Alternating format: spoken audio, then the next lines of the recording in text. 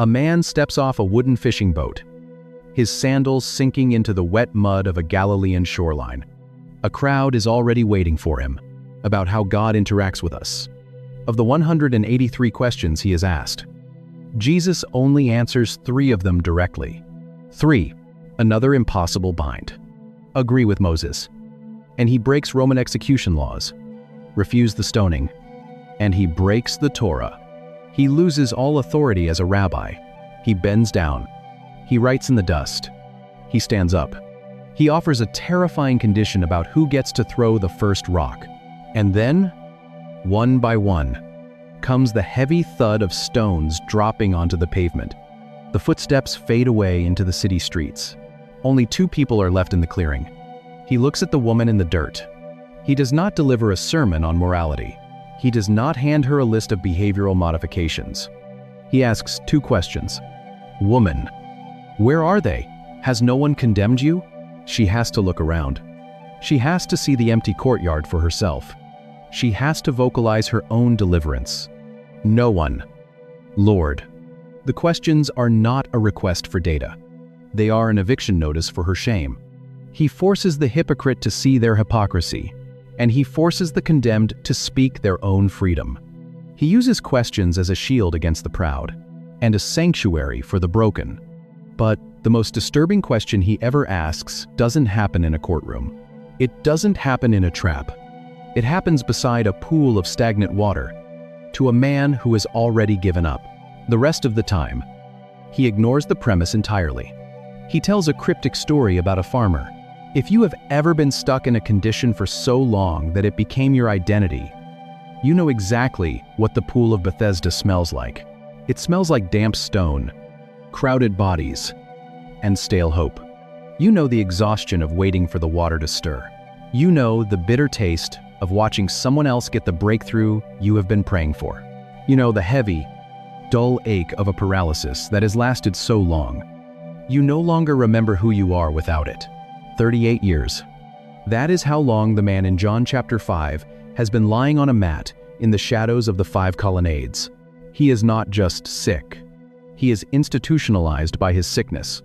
His entire existence is defined by his proximity to a healing he can never quite reach. Jesus walks through the sprawling crowd of the blind, the lame, and the paralyzed. He bypasses dozens of people. He walks straight to the man who has been there the longest, looks down at him in the oppressive heat, and asks a question that sounds almost offensive. Do you want to get well? Why would you ask a paralyzed man if he wants to walk? Because Jesus knows something terrifying about human nature. He knows that misery is comfortable as long as it is familiar. He bends down and writes in the dust with his finger. Or, most often, he turns the mirror around and demands that the questioner speak first. He knows that if you lie on a mat for 38 years, the mat becomes your home. To be well means you can no longer blame the mat for your failure to move. To be well means you have to step into the terrifying vulnerability of a restored life. You have to find a trade. You have to rebuild relationships. You have to participate in the world again. The question is not a cruel joke. It is a divine excavation. He is asking the man if he is willing to survive the cure. He is asking you the exact same thing. If you are in a season where a bitter grievance, a chronic anxiety, or a secret addiction has become the loudest thing about your personality, this question is hunting you down. Do you actually want to be free? Or have you learned to wield your brokenness as a shield? You learn to live with the limp. You learn to accommodate the anger. You learn to make peace with the chains because at least you know exactly how much they weigh. Do you want to get well? The man doesn't even answer the question. He deflects. He gives an excuse. He blames the crowd. Over the course of his 3-year ministry, Jesus asks 307 questions of his own. That staggering number changes how you read every single chapter of his life. Jesus heals him anyway. He bypasses the excuse, issues a command, and a 38-year paralysis ends on a random afternoon. The atrophied legs shake. The muscles knit together against the stone floor. The mat is rolled up. When Jesus asks a question about your condition, he is exposing your complacency so that his grace can actually take root. But the dynamic changes entirely when he leaves the crowded city. walks north into the pagan hills, and asks a question that has nothing to do with your condition. He asks a question about his identity. They walk north, away from the crowded synagogues, away from the familiar dust of Galilee. They stand at the base of a massive rock cliff, in the region of Caesarea Philippi. The air here is entirely different. You can smell the sharp tang of incense and the heavy grease of roasting meat, bleeding from pagan altars. A violent spring of water gushes from a dark cavern carved naturally into the rock face. The locals call that dark opening the gates of the underworld. Marble statues of the god Pan and shrines dedicated to the divine genius of the Roman emperor stare down at them from niches cut into the stone. Jesus does not establish his identity in the safety of a Jewish house of study. The question is why? His ministry was not a transmission of data. It was a relentless interrogation of the human heart. He establishes it in the geographic center of pagan worship, surrounded by the greatest monuments of the Roman world. He stops in the shadow of the cliff. Who do people say that the Son of Man is? The disciples give him the public opinion poll. They repeat the rumors circulating through the fishing villages and the temple courts. Some say John the Baptist, back from the dead. Others say Elijah, riding down from the heavens. Others say Jeremiah, or one of the ancient prophets speaking again. It is a safe conversation. They are simply reporting the data. Then he shifts the grammar. But who do you say that I am in the Greek text? The pronoun is pushed to the front of the sentence for maximum impact. Humais, you. The general consensus of the crowd no longer matters. The religious traditions of your parents can no longer protect you. You cannot ride the coattails of public opinion into the kingdom of heaven. You have to stand in front of the marble shrines of the empire and decide exactly who is standing in front of you. He is not asking for a theological survey. He is demanding a personal allegiance. Peter steps forward. He gets the answer right. You are the Christ, the Son of the living God. It is the absolute highest peak of their 3-year journey together. For one brief, shining moment at the base of a pagan cliff, the disciples actually understand who holds the authority of the universe. We are a species haunted by ambiguity. When crisis hits, when the bank account drains, when the medical imaging shows a shadow. But that clarity is about to shatter. Because getting the theological answer right in Caesarea Philippi is one thing. Watching that answer get nailed to a wooden beam is something else entirely. 3 years of relentless questioning have been building toward a Friday afternoon. And when the sky finally turns black, the great interrogator will ask one final question. But this time, he will not ask it to the Pharisees, or the crowds, or the disciples. He will aim it directly at the sky. When a human body is subjected to Roman crucifixion, the biology of death is horribly precise. The diaphragm spasms, the chest cavity locks, the victim slowly suffocates. To speak, you must drive your weight down on the iron nail, piercing your feet. You must scrape your scourged back against splintered wood. You must force air out of crushed lungs. Breath becomes currency. Every syllable is purchased with agony. You do not waste breath on trivialities. You speak only what is absolutely necessary. The Gospel writers record 7 final statements from the cross. He forgives an executioner. He secures a thief. He provides for his mother. He declares the debt paid. But the loudest statement is not a declaration. It is a scream. And it is a question. Eli, Eli, lema sabachthani, my God, why have you forsaken me? For 3 years, he has been the interrogator.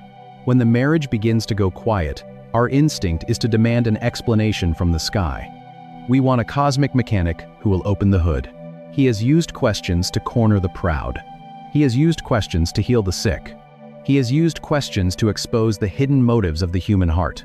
But now, as the sky over Jerusalem turns a terrifying, unnatural black, in the middle of the afternoon, he aims a question directly at the heavens. He reaches back 1,000 years into the Jewish scriptures. He pulls a line from Psalm 22, a poetic masterpiece of absolute, crushing desolation. We read the Gospels hoping Jesus will give us a philosophical defense of human suffering. We want an intellectual answer to the problem of pain. He does not give us one. He gives us something far more profound. He enters the pain. He absorbs the tragedy. He takes the agonizing why of the entire human race, wraps it in his own torn flesh, and hurls it at the sky. The question is not a momentary lapse in his faith. It is the terrifying mechanism of atonement. Sin isolates. Rebellion separates. The cross concentrates. Every ounce of human betrayal, every secret act of cruelty, every lie spoken in the dark, the total weight of humanity's rebellion converges on a single wooden beam, and the Father turns his face away. God the Son asks God the Father a question that tears the cosmos apart. Heaven goes silent. The veil in the temple rips from top to bottom. Point to the broken piece and tell us exactly how it will be fixed. We believe that if we just had the right information, our anxiety would disappear. The lung collapses. The interrogation of the cross ends in the dark. The followers scatter into the night, devastated and disillusioned. The rabbi, who was supposed to have all the answers, died asking a question that received no reply. The tomb is sealed with heavy stone. But the interrogation is not over. Because when the sun comes up on a Galilean beach a few days later, the resurrected king is tending a charcoal fire, and he has one final, devastating question to ask. The sun barely breaks the horizon over the Sea of Galilee. The morning mist clings to the water. 7 men drag a heavy, dripping net full of silver fish onto the wet sand. The physical exhaustion of a sleepless night sits heavy in their shoulders. But the detail that changes the entire encounter is the smell drifting down the beach. A charcoal fire is burning on the shore. Fish is roasting.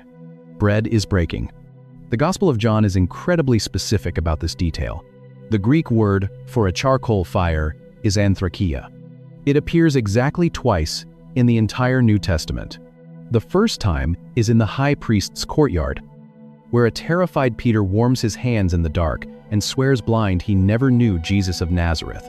But Jesus understood human architecture better than that. He knew that giving a direct answer often just hands a defensive person. The second time is right here, on the sand.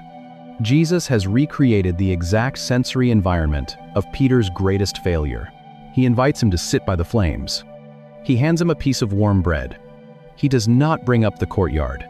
He does not demand a theological explanation for the betrayal. He does not ask, "Will you promise never to run away again?" He looks at the fisherman across the smoke, and he asks a question. "Simon, son of John, do you love me?" He asks it 3 times. One question for every denial in the high priest's courtyard. One question for every curse Peter spat into the cold night air with every "Do you love me?" A layer of paralyzing shame is peeled back. With every "Feed my sheep," a ruined identity is rebuilt. The repetition is not a punishment. It is a surgical reconstruction. Jesus takes the deepest trauma of Peter's life, walks him right back into the sensory trigger of the charcoal smoke, and replaces the treason with an inquiry of affection. He pushes until Peter is deeply grieved, because that grief is the final infection draining from the wound. The betrayal was not a failure of doctrine, it was a collapse of love. So the restoration must be transacted in the exact same currency. A new piece of trivia to argue over. He knew that an answered question might satisfy the intellect, but an asking God pierces the soul. He asks the question until the man who abandoned him is finally ready to lead his church. But the questions of the Messiah do not stop at the edge of the first century sand, because if you step back and look at the entirety of his ministry, you realize that the great interrogator has been walking toward you this whole time. 2 disciples followed him down a dusty road, and his question exposed what they were actually seeking. The religious elite handed him a Roman coin, and his question shattered their political trap. A mob dragged a woman into the dirt to die, and his questions emptied the courtyard of her executioners. A paralyzed man lay on a mat for 38 years, and a single question exposed his complacency before commanding his cure. The disciples stood in the shadow of pagan shrines, and he demanded an allegiance that public opinion could never provide. A dying savior hung suspended in the blackest afternoon of history, and his question absorbed the total abandonment of the human race. A broken fisherman smelled charcoal smoke on the dawn breeze, and 3 questions rebuilt his ruined life. You can hear the low murmur of desperate voices, the rustle of heavy woolen cloaks, the scraping of makeshift stretchers being dragged across the stones. An answer closes a conversation. A question forces a surrender. To feel the weight of this tactic, you have to step into the dust of 1st century Judea. 307 questions. 1 relentless interrogator. But maybe the part that stays with me most is the charcoal fire. Anthrakia. He didn't just ask Peter a question on that beach. He recreated the exact sensory environment of Peter's greatest failure. The smoke stinging his eyes. The cold morning air. He brought the fisherman right back to the edge of his deepest shame, not to punish him, but to heal the memory from the inside out. If you are in a season where you are desperate for answers, where you are demanding that God explain the diagnosis, fix the timeline, or hand you the blueprint for your future, you might be looking for a cosmic mechanic when you actually need a surgeon. Jesus rarely hands out the safe, predictable information we demand. Instead, he asks the terrifying question we have been avoiding. He did not come to satisfy your curiosity. He came to excavate your heart. Do you want to get well? Why are you terrified? Who do you say that I am? And may the God who refuses to give you cheap certainty instead ask you the exact question necessary to heal your heart and walk with you until you are finally ready to answer. You have to understand how a rabbi waged war, not with swords, but with syntax. Because when the Word made flesh opened his mouth to ask something, he was engaging in a very specific, ancient form of combat. And the weapon he chose is hiding right there in the historical context. The 1st century world runs on debate. Scholars sit in stone courtyards. They unroll heavy leather scrolls. They argue over ink and syntax. The air smells of dry dust and roasted lamb. This is the ancient house of study. Here, a teacher is not measured by what he says. A teacher is measured by what he asks. A student presents a problem. The rabbi counters with a riddle. The student quotes Moses. The rabbi quotes David. Back and forth. Thrust and parry. Iron sharpening iron. In the Greek world, philosophers stand on marble steps and deliver long, polished monologues. In the Roman world, orators memorize sweeping speeches to sway the Senate. But in Judea, truth is found in the friction. Western minds hate this. We want the bottom line. We want the summary. We read the Gospels like a modern textbook, scanning the pages for the highlighted definitions at the end of the chapter. But the ancient Jewish mind understood something profound about human psychology. They bring him paralyzed limbs on woven mats. They bring him blind eyes crusted with dirt. But mostly, they bring him their demands for certainty. If I give you the direct answer, you will file it away in a mental cabinet. You will memorize it. You will domesticate it. An answer is safe. An answer is final. But a question is different. A question is not a request for data. It is a hook lodged in the jaw. An answer lets you sleep. A question keeps you awake. When Jesus walks into this culture, he masters this art completely, but he elevates it. He weaponizes it. Look at the data again. He asks 307 questions. They cover absolutely everything. He asks about bread.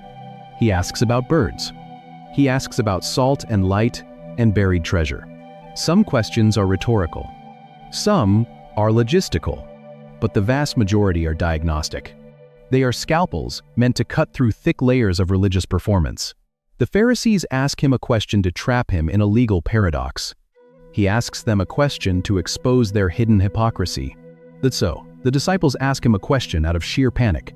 He asks them a question to reveal the fragility of their trust. Why are you terrified? Who do people say that I am? Do you love me? Why do you call me good? Do you want to get well? He asks these questions while standing in crowded temple courts. He asks them while the wind screams over a wooden boat in the dark. They want a rabbi who will finally settle the theological debates of their century. They want a king who will map out the political future of Israel. He asks them while hanging from iron spikes driven through his wrists. When we realize Jesus is operating as the ultimate interrogator, his silence starts to make sense. He isn't withholding information to be difficult. He is protecting his followers from cheap certainty. He refuses to give a simple answer because a simple answer requires no internal change. He uses questions to disarm political traps. He uses questions to heal the chronically sick. He uses questions to dismantle the self-righteous. But before he does any of that, he has to start the entire ministry. And the very first words he speaks in the Gospel of John set the trajectory for the entire revolution that follows. The afternoon sun beats down on the Jordan Valley. Two men are walking along a dirt road, the chalky dust kicking up around their leather sandals. They have just left the wild, screaming prophet, waist deep in the river. They are following a new rabbi now, a carpenter from Nazareth. They walk behind him in silence. You can hear the rhythmic crunch of the gravel under their feet. You can feel the heavy anticipation hanging in the humid air. They are waiting for him to preach. They are waiting for a monologue. Jesus stops. He turns around. He looks directly at them. These are the very first words Jesus speaks in the entire Gospel of John. They want the answers. Across the four Gospels, Pharisees, disciples, and desperate parents come to Jesus with exactly 183 direct questions. The opening line of the Word made flesh. The inauguration of the cosmic rescue mission. He does not offer a theological thesis. He does not hand them a comprehensive map of salvation. He does not outline the moral failures of the Roman Empire. He asks a question. What do you want? In our modern English translations, it sounds almost dismissive, like a merchant standing behind a market stall. But in the Greek, tisa tita, it carries an entirely different weight. What are you seeking? What is the fundamental craving driving your feet down this dirt road? What is the ache in your chest that you are hoping I will numb? The first words of the Messiah are not a declaration of his identity. They are an excavation of yours. He bypasses their intellect completely. He ignores their religious resumes. He goes straight for the gut. He knows that human beings are fundamentally not driven by what they think. They are driven by what they love. He is asking them to name their deepest desire. Do you want political revolution? Do you want to be associated with a rising star? Do you want a spiritual high? Or do you want me? The two men freeze. They are so caught off guard by the piercing intimacy of the question that they stumble over their words. They ask about Roman taxation. They ask about divorce laws. They point to a man begging in the dirt and ask who sinned to cause his blindness. They do not know how to answer. They deflect. Rabbi, they stammer. Where are you staying? They retreat into logistics because the emotional exposure is simply too bright. This is the pattern he establishes on day one. He will do this to the rich young ruler covered in fine linen. He will do this to the woman crying at the empty tomb while the dew is still on the grass. He will step into a moment of high tension, ignore the script everybody expects him to read, and drop a question that shatters the floorboards. It is a beautiful, terrifying rhythm, and it only intensifies as the crowds grow. Because when the religious elite realize what he is doing, his questions change shape. He stops asking about desire. He starts using questions to dismantle the brightest theological minds of Jerusalem. And to understand exactly how he tears down their arguments, you have to look at the specific Greek verb the gospel writers use when the real interrogation begins. When you read the English translations of the Gospels, the dialogue can feel almost flat. A group of Pharisees approaches Jesus in the temple courts. They ask him a question. He asks them a question in return. It sounds like a polite, if slightly tense, philosophical seminar. But if you look at the original Greek text hiding beneath our English Bibles, you realize this is not a seminar at all. It is a courtroom. Same expectation. Over and over again, they present a theological knot, waiting for the Messiah to simply untie it. Look at the encounters in Mark chapter 11. Jesus has just turned over the heavy wooden tables of the money changers, the heavy bronze coins ringing out across the stone pavement as pigeons scatter into the dusty air. The religious elite corner him. They demand to know by what authority he is acting. When the chief priests approach him, They are acting as prosecuting attorneys. They are not looking for enlightenment, they are hunting for treason. And the Gospel writers describe their questioning with a very specific Greek verb. The word translated simply as asked is the Greek aperotao. It appears over 50 times in the New Testament, usually right when the tension is at its breaking point. Its root is the standard verb erotao, which just means to request or to ask a basic question. But when you add the prefix epi, it becomes something entirely different. The prefix intensifies the action, driving the force of the inquiry downward. Eprotao does not mean to inquire casually. It means to interrogate. It is a legal term used in the ancient world for cross-examination, designed to back a hostile witness into a corner until they perjure themselves, under the weight of the law. If realizing that the Gospels are filled with these intense, high-stakes legal traps is stirring up questions you've never considered, you're exactly who this channel is for. Drop a thought in the comments and hit subscribe. Because every week, most people assume that the Son of God operated like a divine encyclopedia. We picture a teacher dispensing clear, bullet-pointed truths to a confused world. We go deeper into the text than you knew was possible. So the religious leaders deploy eperotao to build their cages. They are trying to cross-examine him into a death sentence. But what is absolutely brilliant is how Jesus responds. He doesn't just survive the interrogation. He flips the courtroom entirely. When they press him with eperotao, he does not give them the satisfying, self-incriminating answer they are looking for. He throws an eperotao right back at them, answering their interrogation with a counter-interrogation that forces them to either lie publicly or admit their own ignorance. His counter-question is not a defense mechanism. It is an exposure.